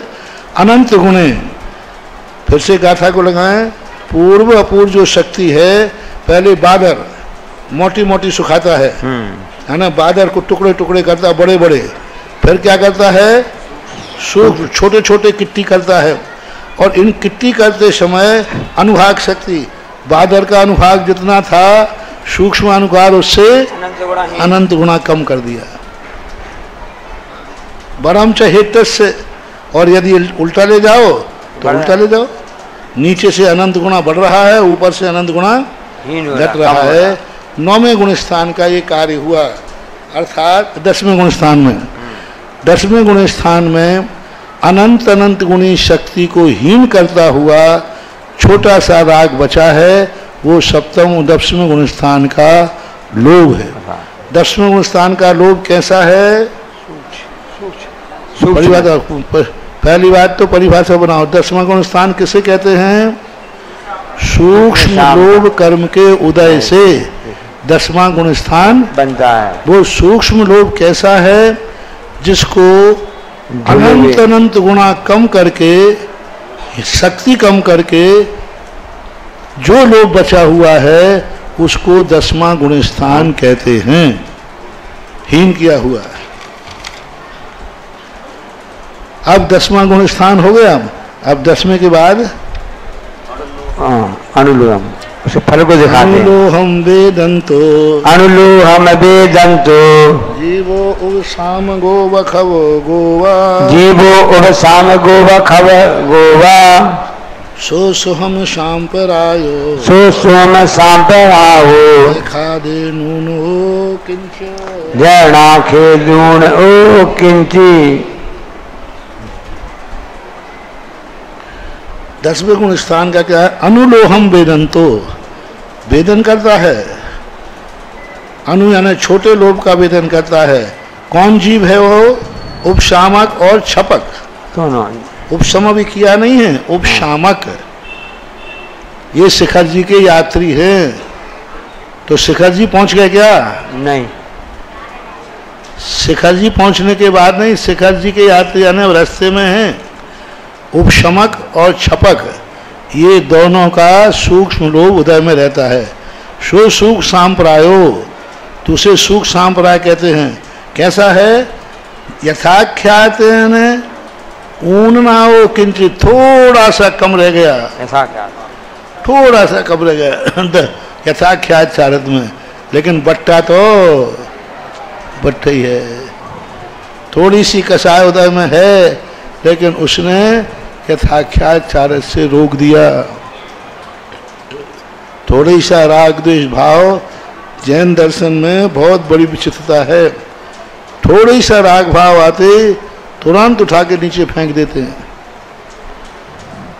अब इतना सा राग रह गया था, उन्होंने कहा नहीं, तुम 11वें 12वें गुण स्थान में नहीं आ सकते, 10वें में रहो। अब उपशामक कैसा है? 10वें गुण स्थान की परिभाषा क्या हुई? सूक्ष्म लोभ कर्म के उदय से जो वेदन करते हैं उसे सूक्ष्म सांप्राय कहते हैं। सांप्राय की परिभाषा क्या है? पाप। सूक्ष्म सांप्राय यानी छोटा पाप जिसका उदय में है, छोटा पाप उदय में है, इसलिए सूक्ष्म सांप्राय कहते हैं। दूसरे, अनंत अनंत गुणहीन करके, मोहिनी कर्म की शक्ति क्षय करके जो सूक्ष्म लोभ बचता है उसके वेदन करने वाले को सूक्ष्म सांप्राय कहते हैं। 3 तरीके से परिभाषा बना लो। सीधी परिभाषा क्या है? सूक्ष्म लोभ कर्म के उदय से जो परिणाम होता है वो सूक्ष्म सांप्राय परिणाम कहलाता है। एक। दूसरी परिभाषा बना लो, अनंत अनंत गुणहीन शक्ति को करके, अनंत अनंत गुणहीन शक्ति को करके, किट्टीकरण करके जो सूक्ष्म लोभ बचता है उसे सूक्ष्म सांप्राय गुण स्थान कहते हैं। ऐसा बनाना। कदक फल जुद जलम्बा, कदक फल जुद जलम्बा, शरये सर्वाणियम वनिमलयम, शरये सर्वाणियम वनिमलयम, शयलोभ संत मोहो, शैलोभ संत मोहो, वसंत कषायो होधी, वसंत कषायो होधी। 11वां गुण स्थान कैसा है? कतक फल जुद जलम। कतक फल कहलाता है एक प्रकार का, कतक कोई फल आता है, फिटकरी ले लीजिए। कोई फल भी कोई होता है, क्योंकि इन्होंने फल शब्द का प्रयोग किया है। कतक नाम का कोई फल भी हो सकता है। कतक फल से युक्त जल, यानी जैसे फिटकरी डालते हैं मैल क्या हो जाता है? जम जाता है। दूसरा उदाहरण क्या दे रहे हैं? शरय शरवाणियम निर्मलम। शरद ऋतु में शर पानी यानी सरोवर का पानी निर्मल होता है। शरद ऋतु में देखना नदी नाले का पानी क्या होता है? स्वच्छ। कीचड़ कहाँ पहुँच गया? नीचे। तो 2 उदाहरण दे दिए। ऐसा ही शयलोभ संत मोह, सकल रूप से, सकल सैनी, सकल रूप से शयल, उपशंत मोह, संपूर्ण प्रकार का मोह रूपी कीचड़, मोह रूपी कीचड़ क्या हो गया है? शांत हो गया। कतक क्या है यहाँ पर? जो अनुवृत्ति आदि परिणाम, ये जो 3 करण थे ना, अधकरण, अपूर्वकरण और इन करणों को, यही कतक है। इन कतक से उसने कर्मों को क्या कर दिया?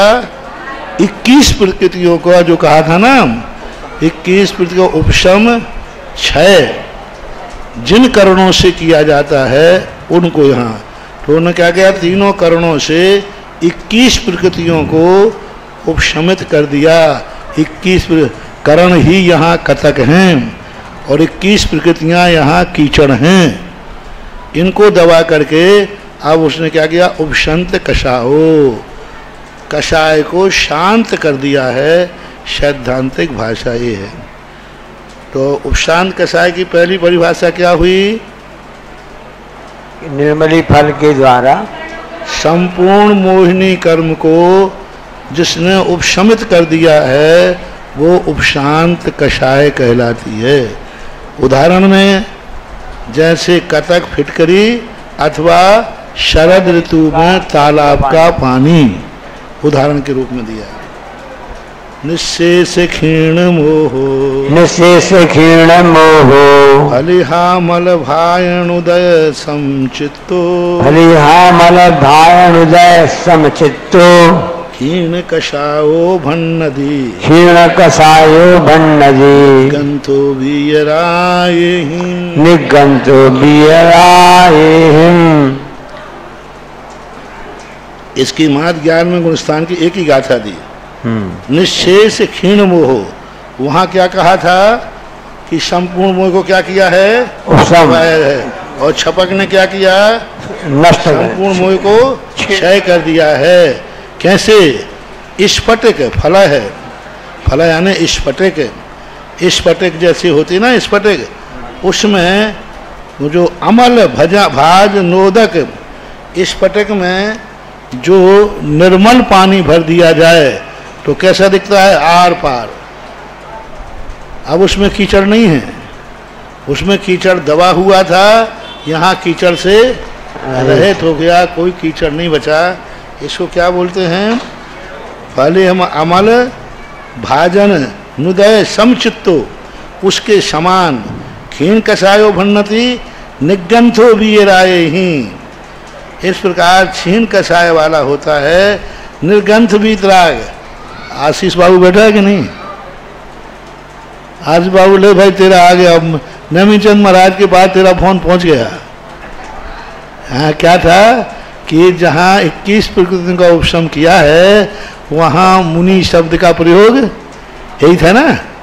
मुनि शब्द का प्रयोग नहीं है, यानी कोई भी कर सकता है, गृहस्थ भी कर सकता है, कोई भी चारों गतियों वाले जीव कर सकते हैं, क्योंकि वहाँ मुनि शब्द तो डाला नहीं, तो लो अंत दीपक बना के डाल दिया। निगंथो निगंथम वीतरागी, वीतरागी, निर्ग्रंथ वीतरागी कौन होंगे? मुनि। तो ये होता है कभी कभी, क्योंकि जो शब्द पहले से परिषद में आ गया, जैसे उन्होंने अप्रमत्त गुण स्थान की परिभाषा क्या बनाई थी? प्रमत्त की क्या बनाई थी? प्रमाद, जो प्रमाद से सहित है, लेकिन व्रतशील कलियो, कलियो शब्द डाला था। व्रतशीलों से कलित है यानी युक्त है।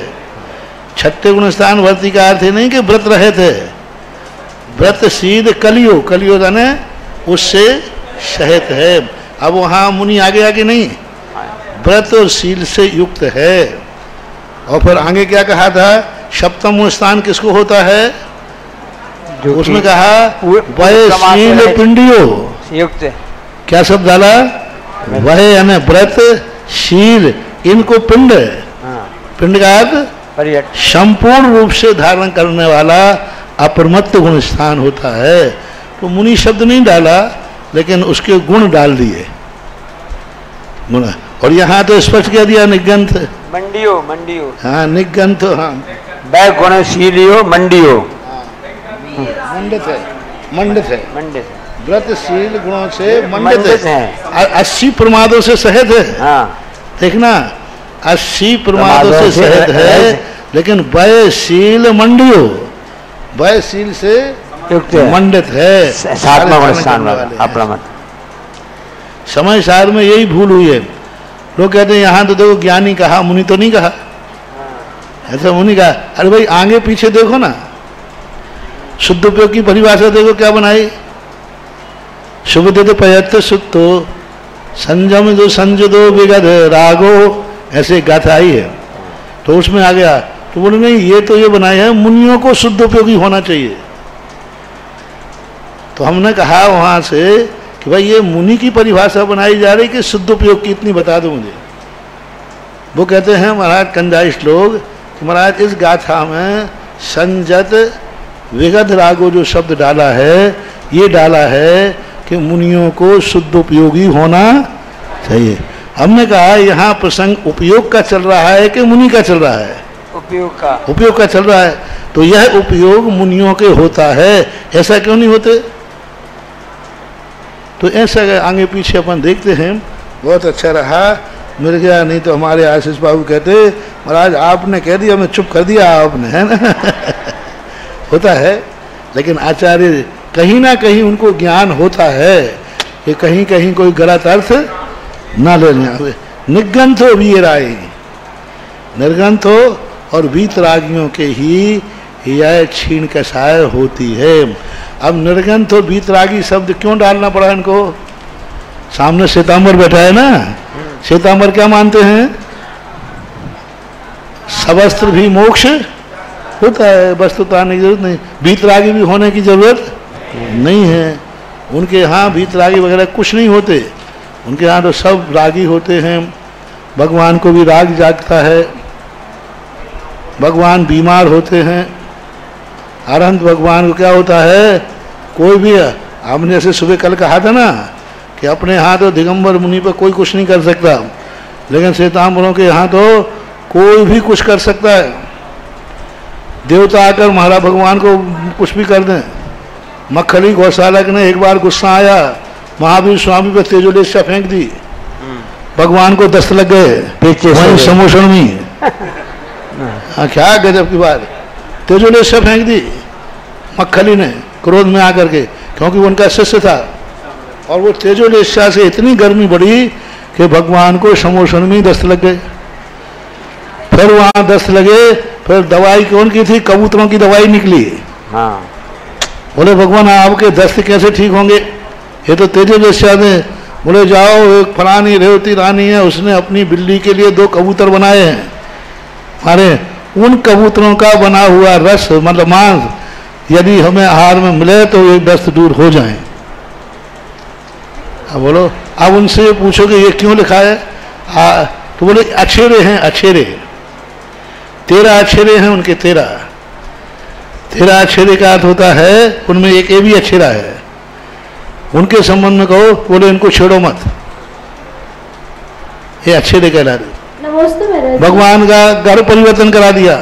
पहले भूल से भगवान कहाँ चले गए? एक ब्राह्मणी के घर में, ब्राह्मणी के यहाँ। बाद में इंद्र को खबर आई, अरे तीर्थंकर तो सब क्षत्रिय होते हैं। तो ब्राह्मणी के गर्भ में से गर्भ महावीर स्वामी के गर्भ को लाए, वो जो परख नदी में लाते ना तुम लोग जैसे, वो गर्भ में से उठा के लाए और फिर छत्राणी त्रिशला के गर्भ में रखा, परख नदी शिशु। अब ये उनसे पूछो, फिर उनका गर्भ कल्याणक कहाँ मनाया गया था? 6 महीने पहले से गर्भ कल्याण मनाया ब्राह्मणी के यहाँ, और फिर जन्म कल्याणक मनाया। तो फिर इनको छेड़ो मत। वो कहते तर्क मत करो, ये अछेरे हैं। अपने यहाँ एक अजित प्रकाश जी पंडित जी हुए हैं, उन्होंने श्वेतांबर मत समीक्षा लिखी, बहुत अच्छी किताब है, शायद वो झांसी के थे। पंडित अजित कुमार जी शास्त्री बहुत अच्छे पंडित थे, विद्वान थे, बहुत मेहनत करके उन्होंने पत्रिका लिखी। उनमें ये 13 अक्षरों का वर्णन किया है और बड़े अच्छे ढंग से वर्णन किया। नमस्ते महाराज जी। महाराज जी, चारण रिद्धिधारी जो मुनिराज रहते हैं वो कौन से गुण स्थान में रहता है उनका? वो सब 6ठे 7वें स्थान, जितनी रिद्धियां होती हैं सब 6ठे 7वें। केवल नानदिवायर, केवल नानदिवायर, कला बप्पणाशियन नानो, कला बप्पणाशिय बन्नाओ, नव केवल लद्दुगम, नव केवल लद्दुगम, सुजनीय परमप्पवयेषु। सुजनीय परमप्पवयेषु। अब कौन सा गुणस्थान चल रहा है? 13वां गुणस्थान। देखो बहुत इतनी मेहनत करके मैं तुम्हें सरल करके समझा रहा हूँ। मुझे समझने के लिए इतनी मेहनत नहीं करना थी, तुम्हें समझाने के लिए ये नाना प्रकार के उदाहरण देना पड़ रहे हैं, इसलिए इतना सरलता है। बच्चा भी, प्राइमरी का बच्चा भी पढ़ सकता है, समझ सकता है, रट तो सकते ही है। अब कौन सा गुणस्थान आ गया? केवल ज्ञान। 13वां गुणस्थान। बहुत अच्छा। केवल नान दिवायर किरण, केवल ज्ञान रूपी दिवाकर सूर्य किरण कलाप, उस सूर्य किरण की कलाप से क्या होता है? कला प्रणाशित अज्ञान, उन किरणों से संपूर्ण प्रकार के अज्ञान नाश को प्राप्त होते हैं। फिर क्या प्रकट हुआ है? नौ केवल लब्धुगम, 9 केवल लब्धियों का उद्गम हुआ है। सुजनीय परमप्पवयेषु, ऐसा जो उनको हुआ नित्य परमात्मा का व्यपदेश क्या हुआ? बहुत अच्छी बात कही इन्होंने। 9 केवल लब्धि उद्गम सुजनित, उनके उत्पन्न होने से क्या हुआ? उत्पन्न परमप्पवयेषु, इनको परमात्मा का विपदेश किया गया। विपदेश यानी संज्ञा। क्यों मिली इनको परमात्मा की संज्ञा? क्योंकि 9 लब्धि केवल ज्ञान रूपी दिवाकर से संपूर्ण अज्ञान को नाश किया, जिससे 9 लब्धियों का उद्गम हुआ, इसलिए इनको परमात्मा कहा जाता है। पूछा जाए परमात्मा क्यों कहा जाता है? केवल ज्ञान रूपी सूर्य के द्वारा, केवल ज्ञान रूपी सूर्य की किरणों से संपूर्ण अज्ञान नाश कर दिया है, जिन्होंने 9 लब्धियों को जिन्होंने उद्गम किया है, उससे इनको परमात्मा का विपदेश यानी संज्ञा दी गई है। अब जो जो परमात्मा का बनना चाहते हैं वे बने। भगवान तो सब बनना चाहते हैं। बड़ा अच्छा लगता है जब तुम लोग अरे महाराज भगवान, मेरे भगवान, अरे गुदगुदी आती, आई हम भगवान। हाँ, क्या गजब है, आप लोग गजब की चीज हो गए। महाराज को भगवान बना दिया हुआ और तुम्हारी पूजाओं पर विश्वास करने, अरे नहीं महाराज भगवान तो छोड़िए, हम तो चलते फिरते सिद्ध और चढ़ा दे चनों के झाड़ पे। हाँ, तुम लोगों की बातों को यदि मैं मान जाऊं ना तो हम लोगों का कबाड़ा हो जाए। वो तो हम जानते हैं तुम लोग ये चमचागिरी कर रहे हो, भक्ति कर रहे हो। हाँ ठीक है, तुम्हारी भक्ति यही है, तुम्हारी भक्ति यही है, इसी में तुम्हें पुण्यबंध है। मुनि महाराज को मुनि कह रहे तो पुण्यबंध नहीं है, गुणोस्तव कम सदुल्लंघ, तो तुम्हारा पुण्यबंध तो इसी में है, लेकिन हमारा हम वैसा नहीं मानेंगे। हमारा कबाड़ा हो जाए यदि हम कहें देखो मैं सिद्ध परमेष्ठी हूँ, गवाह देख लो, इतने गवाहों से पूछ लो। नहीं, साधु नहीं, चलते फिरते तीरा समान है। तीरा समान है नहीं, अपन तो नहीं, वो तुम लोग कहते हो। ऐसे यहाँ पर लो जिनको भगवान, एक व्यक्ति वहाँ वो अपने आप को ओशो हुआ ना, ओशो रजनीश, पहले वो आचार्य रहा, उसको मजा नहीं आया आचार्य बनने में, फिर आचार्य के बाद भगवान बन गया, भगवान बनने में मजा नहीं आया, फिर ओशो बन गया। ओशो कह रहे ईश्वर, भगवान से भी बड़ा। तो ये सब क्या उपाधियां बदलते रहते, एक में नहीं में, तो इस प्रकार का नहीं, ये है परमात्मा। कोई कितनी भक्ति में कहते हैं मेरे भगवान आ रहे, मेरे भगवान, भक्तों के भगवान। हाँ, गुदगुदी आ रहा है, देखो हमारा स्टेटस मेरा कितना बढ़ गया, मुनि होकर लोग मुझे भगवान कहते हैं। नहीं, ये है लक्षण पूज्यवर नेमीचंद। औकात देखो, भगवान बनने के पहले देखो क्या केवल ज्ञान रूपी सूर्य का उदय हुआ है? नहीं। क्या अज्ञान का नाश हुआ है? नहीं। क्या 9 लब्धियां प्रकट हुई हैं? ऐसा देखना चाहिए। भक्त तो कहेगा ही अपने पुण्य बढ़ाने के लिए, लेकिन हमें अपनी खुद की औकात देखना चाहिए। असहायन नान दंसन असहाय नान दंसन यो यदि केवले हो जोगेन केवली हो जोगेन जुत्तोति सजोग जना जुत्तोति सयोग जन जो नाहि नह नाशरे उत्तो नाशरे उत्तो। अयोग्य व्यक्ति को चाहे भगवान को इतना आनंद नहीं आता होगा जितना अयोग्य व्यक्ति को कोई योग की घोषणा कर दे। है तो वो अयोग्य, लेकिन सारी दुनिया उसे योग मानती है। अरे उसका आनंद अलग ही अलग है, अंदर अंदर लड्डू फूटते हैं। इतना आनंद चाहे वो योग को आवे या नहीं आवे। क्या कह रहे हैं? अशाह नान दंसन सयो। अशाह का अर्थ सहारे रहित नहीं, अशाह का अर्थ बिना इंद्रिय और मन के बिना। नान दंसन सयो इधि केवली हु जोगेन, ये केवली हैं योग के द्वारा।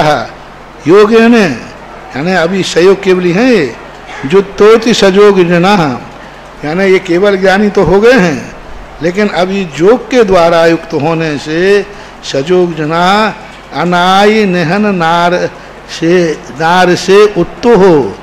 ऐसा किसमें कहा है?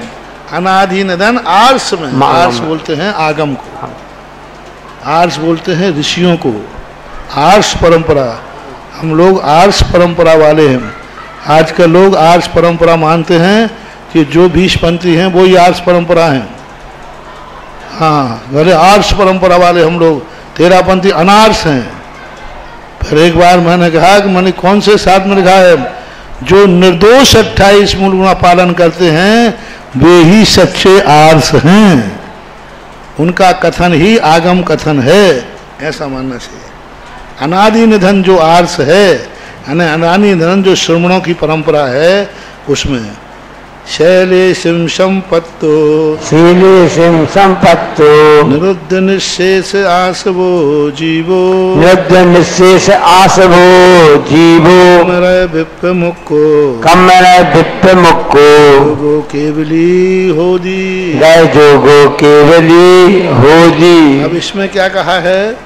63 और 64वीं गाथा में कौन सा गुण स्थान है? 13वां गुण स्थान कौन सी गाथा में है? 63-64। 63-64वीं गाथा में क्या है? हाँ, ऐसे 13वीं गाथा। तो ये जो है, अब सजोग केवली किसे कहते हैं? जो फिर से परिभाषा हो, केवल ज्ञान रूपी सूर्य की किरणों से अज्ञान जिन्होंने नाश किया है, 9 लब्धियों से युक्त हैं, इनको केवली यानी सज परमात्मा कहते हैं। और क्या है? अशाह नान दंसन जुत्तो। अशाह यानी केवल ज्ञान, केवल दंसन से युक्त हैं और योग से युक्त हैं। योगों के साथ होने से इनको सजोग केवली कहते हैं। कौन कहते हैं? अनादि अनिधन आर्ष परंपरा बोलते हैं। देखो, अनाहि नहनो, अनादि निधन शब्द से अनाई अनहन निकालना, इसलिए समास कर दिया इन्होंने। अनाई निहन यानी अनादि अनिधन, ऐसा अर्थ निकलेगा। आप आदि दीपक है। केवल ज्ञान को असहाय क्या बोलते? अच्छा शब्द नहीं लगता है, विकलांग जैसा लगता है। पर का सहारा नहीं ले रहा है, असहाय हो गया। हाँ, आज की भाषा में सब असहाय यानी बेचारा अनाथ हो गया। हाँ। असहाय यानी मात अपना स्वयं पर के आलम्बन, अपन लोग पर के आलम्बन से जान रहे, अपन पराधीन हैं, वे स्वाधीन। शैलेशम संपत्तो, और कैसे है? शैलेशम, संपूर्ण शीलों की संपत्ति प्राप्त हो गए हैं। निरुद्ध शेष आश्रवो जीवा। अब आ रहा है कौन सा गुण स्थान? 14वां, यानी 13वें गुण स्थान से अभी 18,000 शील के व्रत पूर्ण नहीं है, क्योंकि अभी अरहंत भगवान को भी शील का दोष लग रहा है। अरहंत भगवान भी पूर्ण शैलेश नहीं है, क्योंकि अभी वो पर कर्मों को ग्रहण कर। कुशील क्या है? पर को ग्रहण करना ही कुशील है। व्यवहार भाषा में भले आप लोग होते हैं पर की वस्तु ग्रहण करना, पर की स्त्री ग्रहण करना, कुशील कहलाता है। सैद्धांतिक भाषा में है कोई भी पर वस्तु ग्रहण करना। तो कौन क्या चीज ग्रहण कर रहे हैं 13वें गुण स्थान में? कर्म। कर्म और नौ कर्म पुद्गल को ग्रहण करने से अरहंत भगवान भी 18,000 शील व्रतों से मंडित नहीं हैं। अब कौन मंडित हैं? शैलेशी संपत्तो हो अयोग के लिए। अब इन्होंने पर पदार्थ ग्रहण करना बंद कर दिया। संपत्तो निरुद्ध निशेष आश्रवो, संपूर्ण प्रकार के आश्रव को रोक दिया है। कम र विप्रमुख को कर्म रज से विमुक्त हो गए हैं। गए जोग केवली हुई। हालांकि यह विशेषण अपन को कर्म रूपी रज, अब यहाँ कर्म रूपी रज से रहित करने की बात की थी। अभी तो कर्म बैठे हैं केवली, तो रज यानी अंतराय आदि कर्म। अरि रज रहस्य विलीन, घातिया कर्मों को संपूर्ण रूप से नाश किया है। हालांकि 13वें में कर दिया था। यह परिभाषा थोड़ी सी कर्म रज भी प्रमुख हो, कर्म रूपी रज की सर्वथा निर्जरा कर दिए और शेष कर्मों को मुक्त करने के लिए सम्मुख हैं, ऐसा। उससे मुक्त हो गए कर्म रज से।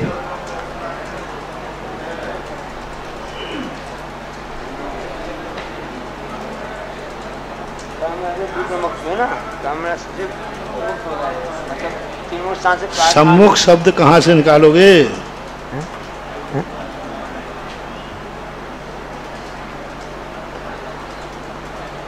मूल गाथा से तो निकल नहीं रहा। सम्मुख शब्द निकाल दें तो सारे विकल्प।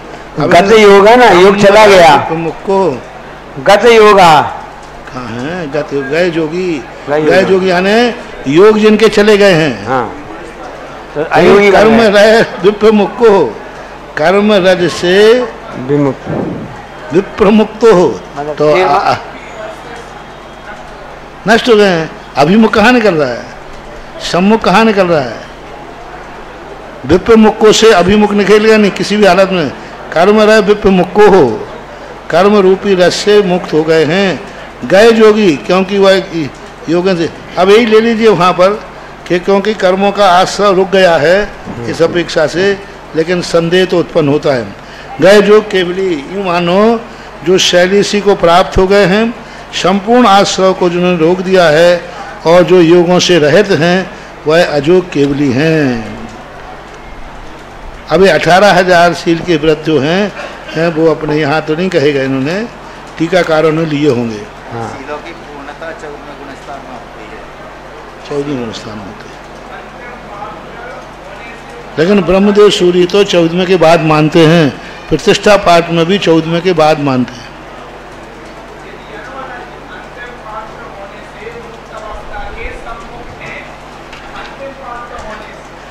अब हिंदी मत पढ़ो, पढ़ो तो ऊपर के एक पढ़ो। हिंदी तो ठीक सुधार दी, हिंदी में ठीक है, ऊपर गाथा में नहीं निकल रहा है। चले 18,000 शील के दोषों को टीकाकारों ने बनाए हैं, उनको निकाले। संपत्तुपत्ति सावय वृद्धि अनंत कम मन से, सावय वृद्धि अनंत कम मन से, दंसन मोह खबगे, दंसन मोह खबगे, कसाय उबसामगे उबसंते, कसाय उबसामगे या उबसंते, क्षीण मोहे खबे न क्षीण मोहे, जिनेषु दब्बा असंख्य गुण दिकमः, जिनेषु दब्बा असंख्य गुण दिकमः, विपरीता कालाः, तब विपरीया काला, भवन्ति संकेत गुण कमा होंती। अब देखना ये क्या है। अब यहाँ पर बहुत बड़ा रहस्य खुल रहा है जो ओम शांति। देखो क्या है कि लोग कहते हैं सम्यक दृष्टि भी असंख्यात गुणी निर्जरा करता है निरंतर। ये कहना बिल्कुल खंडित हो गया। यहाँ पूज्यवर नेमीचंद महाराज क्या कहते, संपत्त उत्पत्ति है। उत्पत्ति शब्द क्यों डालने की जरूरत थी? सीधा कहते सम्यक दृष्टि, जैसे वृत्तावृत्त कह रहे स्वाभाविक वृत्त। इसके कहते सम्यक दर्शन की उत्पत्ति के समय ही निर्जरा होती है असंख्यात गुणी, अन्य समय पर नहीं। उपशम छायक आदि जो भी है एक अंदर सम्मत उत्पत्ति, ये सम्यक दर्शन की उत्पत्ति के समय ऐसा श्रावक वृद्धि, श्रावक वृत्ति अनंत कम्मन से अनंतानुबंधी की विसंयोजना। दन क्रम समझना, दन ये बहुत रत्न लायक है, वेरी वेरी IMP गाथा है ये, क्योंकि इसे असंख्यात गुणी निर्जरा कैसे होती है उसका क्रम है।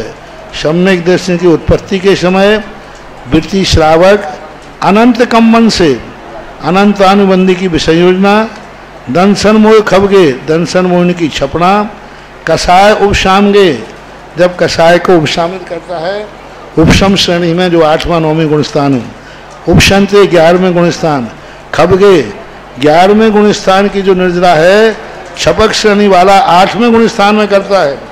अभी पूछा था लोगों ने कि छपक श्रेणी और उपशम श्रेणी के विशुद्धि में क्या अंतर है, देख लीजिए कितना अंतर है। उपशम श्रेणी वाले की जो 11वें गुणस्थान में विशुद्धि है, छपक श्रेणी वाले की वो 8वें में है, उससे ज्यादा है। हाँ उससे ज्यादा है। खबगे क्षीण मोहे 12वें, जनेशु दब्बा और जनेन्द्र भगवान में कैसी निर्जरा है, असंख्यात गुणित कमह, असंख्यात गुणित क्रम से होती है। लेकिन ये तो हुई निर्जरा, तद विपरीयम काला, संख्ये गुण कम्मा होंती, आओ जो काल है विपरीत है। सम्यक दर्शन की उत्पत्ति का काल कम है और समय साथ है वृद्धि, इनकी जो स्थितियां हैं उनका काल यानी कम समय में निर्जरा करते हैं। सम्यक दृष्टि जितने समय में निर्जरा करता है, देश वृत्ति उससे कम समय में, मतलब एक अंतर मुहूर्त में सम्यक उत्पत्ति के समय जितनी निर्जरा की सम्यक दृष्टि ने उतने कम में की, देश से महावृत्ति ने उससे कम में की, अनंत अनुबंधी ने उससे कम में की, दर्शन मोहिनी ने उससे कम में की। असंख्यात गुणित क्रम यानी काल की अपेक्षा कम समय है लेकिन निर्जरा की अपेक्षा ज़्यादा समय है। ये 11 स्थान हो गए, 1 2 3 4 5 6 7 8 9 ही हुए इसमें। एक साधु जो है 6वें 7वें गुणस्थानवर्ती और कोई एक वस्त्रधारी है 4थे गुणस्थानवर्ती, वो अनंतानुबंधी की विषयोजना कर रहा है, तो उसकी निजरा तो उन साधु से ज्यादा होनी है विषयोजना करने वाले की। तो ऐसा क्यों एक वस्त्रधारी की 4थे गुणस्थानवर्ती की एक 6वें 7वें वाले साधु से ज्यादा निजरा क्यों होती है? क्योंकि वो विशुद्ध परिणाम ज्यादा है। दबला जी में इसको कहा है कि 4थे गुण स्थानवर्ती वस्त्रधारी होकर के भी विशुद्धि स्थान बहुत ज्यादा है उसका। हाँ, यदि दोनों कर रहे हैं, मुनि महाराज भी कर रहे हैं और वो भी कर रहे हैं, तो फिर मुनि महाराज की ज्यादा होगी प्लस, तब तो ज्यादा रहेगी उनकी। लेकिन 4थे गुण स्थानवर्ती की अनंतानुबंधी की विसर्जना ज्यादा है और अनंतानु विसर्जना से जो ज्यादा है दर्शन मोहिनी की छपड़ा के, दर्शन मोहे खबने, यानी जब 4थे गुण स्थानवर्ती दर्शन मोहिनी की छपना कर रहा है तो भी वो मुनिराज से ज्यादा कर रहा है। विशुद्धि परिणाम है उसके, क्योंकि कर्म संयोजना करने के लिए बहुत विशुद्ध परिणाम चाहिए। मुनिराज थोड़ी इतनी विशुद्धि कर रहे हैं, जैसे मान लो अपन अभी स्वाध्याय कर रहे हैं, उतनी तीव्र विशुद्धि नहीं है, आहार कर रहे हैं तीव्र विशुद्धि नहीं है, लेकिन वो तो ध्यान में ही है। जब अनंतानुबंधी की विसर्जना कर रहा है तो वो श्रावक भी बहुत समर्थ पाप आदि से निर्वृत्त है, ऐसा मानना चाहिए। महाराज जी नमोस्तु। जितने भी गुण स्थान बनते हैं वो ध्यान की गहराई से बनते हैं, जैसे जैसे मुनियों की ध्यान की गहराई बढ़ती जाती है तो गुण स्थान बढ़ते जाते हैं। तो जैसे मान लो श्रावक भी यदि ध्यान का अभ्यास करे और ध्यान की गहराई में जाए विशुद्धि पूर्वक, तो क्या उसके गुण स्थान बढ़ता है? क्यों नहीं बढ़ेगा? पूजा से ज्यादा जाप में, जाप से ज्यादा सामायिक में गुणस्थान नहीं बढ़ेगा, विशुद्धि बढ़ेगी। क्योंकि असंख्यात लोक प्रमाण विशुद्धि स्थान हैं आपके भी। एक वृत्ति खेती में खेत चला रहा है, वही वृत्ति एक मंदिर में पूजा कर रहा है, वही एक वृत्ति सामायिक कर रहा है, तीनों में बहुत अंतर है। लेकिन फिर भी असंख्यात गुणी निर्जरा खेती करता हुआ भी उस समय भी प्रति समय असंख्यात गुणी निर्जरा कर रहा है वृत्ति। महाराज जी गृहस्थ श्रावक भी निर्जरा कर सकता है?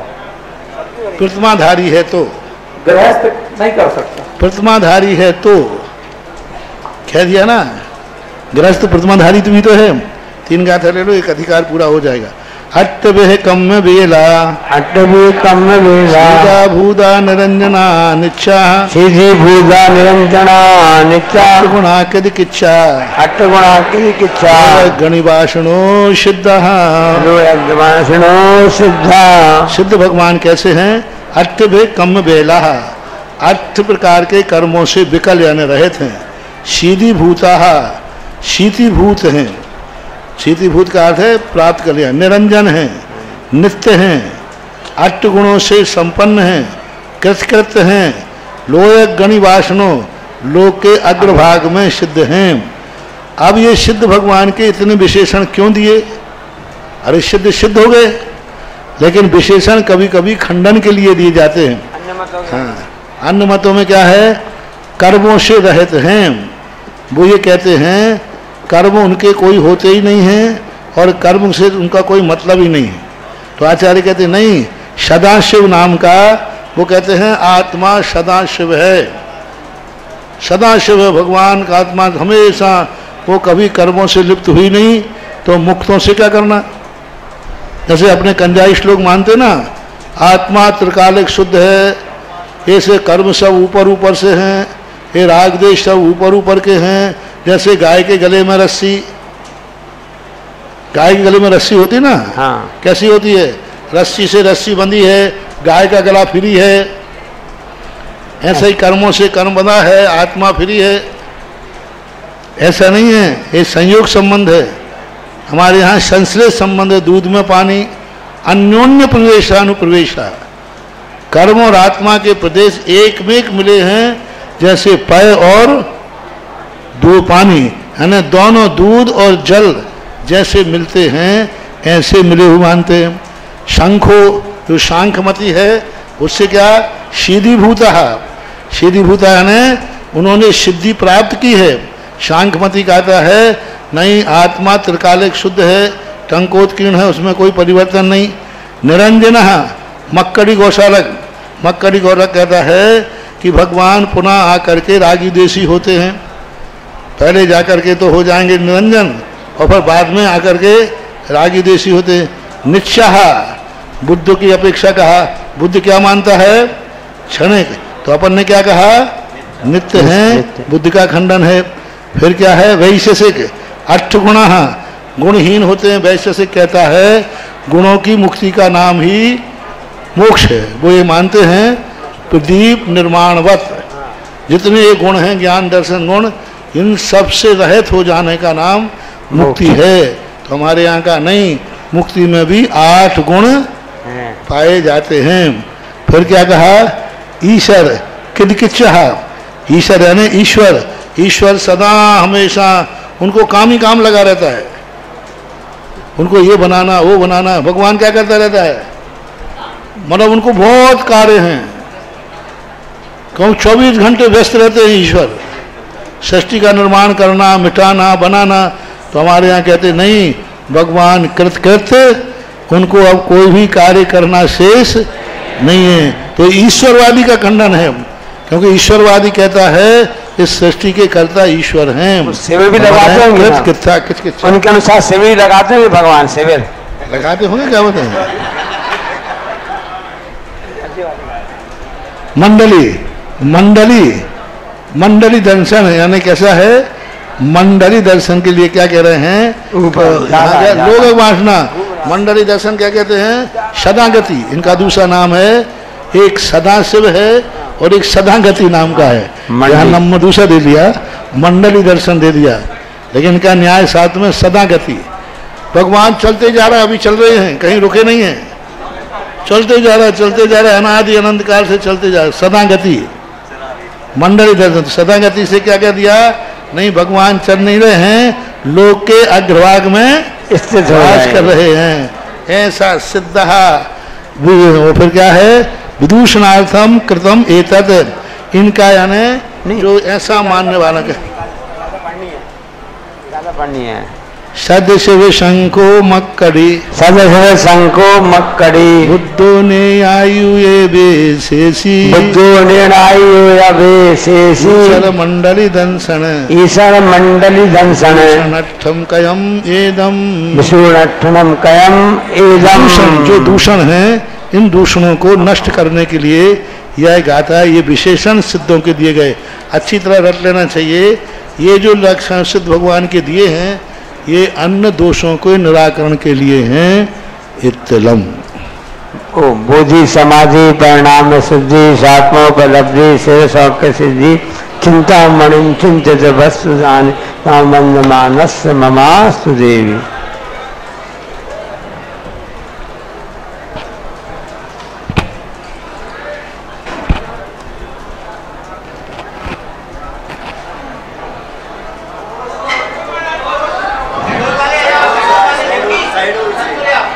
द्वादशांजनवाणी माता की जय, आचार्य परमेश्वरी गुरुदेव की जय, द्वादशांजनवाणी माता की जय।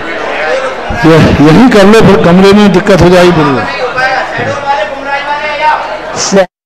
दर्शकों, अभी आप देख रहे थे परम पूज्य संत शिरोमणि आचार्य श्री 108 विद्यासागर जी महाराज एवं परम पूज्य आचार्य श्री 108 समय सागर जी महाराज के मंगल आशीर्वाद से मध्य प्रदेश प्रांत की धर्मनगरी दमोह स्थित नन्हे जैन मंदिर जी में आयोजित महाग्रंथ महावाचना महाशिविर के 5वें दिन का विशेष प्रसारण परम पूज्य निर्यापक श्रमण मुनिपुंगव श्री 108 सुधा सागर जी महाराज के पावन सानिध्य में 28 मई 2024 तक चलने वाले इस 7 दिवसीय महाशिविर में प्रथम दिन से ही शिविरार्थी धर्म ग्रंथों की वाचना के साथ साथ पूज्य गुरुवर के आशीर्वचनों को भी श्रवण कर रहे हैं। तो दर्शकों, इस विशेष प्रसारण में अब समय हो चला है आपसे विदा लेने का। जल्द भेंट होगी आपसे, तब तक के लिए मुझे दीजिए आज्ञा और आप देखते रहिए जिनवाड़ी चैनल। जय जिनेंद्र। इस कार्यक्रम के पुण्यार्जक थे गुरु भक्त सौगानी परिवार, जयपुर राजस्थान। श्री मोतीलाल जैन, श्रीमती स्नेहलता जैन, श्री वीरेंद्र कुमार जैन, श्रीमती ऋतु जैन, श्री ईशांत जैन, श्रीमती रिधिमा जैन एवं वासु जैन, अहिंसा ज्वेल्स, मॉडल टाउन, दिल्ली परिवार। श्री विपिन जैन, श्रीमती सुनीता जैन, पुत्र एवं पुत्र वधू, श्री विनीत जैन, श्रीमती अनीशा जैन, पुत्री दामाद श्रीमती स्वाति जैन, श्री निशांत जैन, पौत्र व्यान जैन, नाती अवीर जैन, वेदांत जैन एवं समस्त सेठ परिवार, पटेरा, दमोह, मध्य प्रदेश। श्री महावीर प्रसाद जैन, श्रीमती जतन देवी, श्री कमल जैन, श्रीमती अनीता जैन, श्री मुकेश जैन, श्रीमती मैना जैन, मितुला जैन, अनुषा जैन, कृति जैन, स्नेहा जैन, तपेश जैन, दर्शनी जैन एवं समस्त परिवार कांकरोली वाले, श्री महिपाल, मीनाक्षी, शुभम, कृतिका, मर्यादा, हिति, भीलवाड़ा वाले फर्म्स, श्री द्वारिका मार्बल, कथन एक्सपोर्ट, यथार्थ, एमरोल्ड स्टोन, जिला राजसमंद, राजस्थान।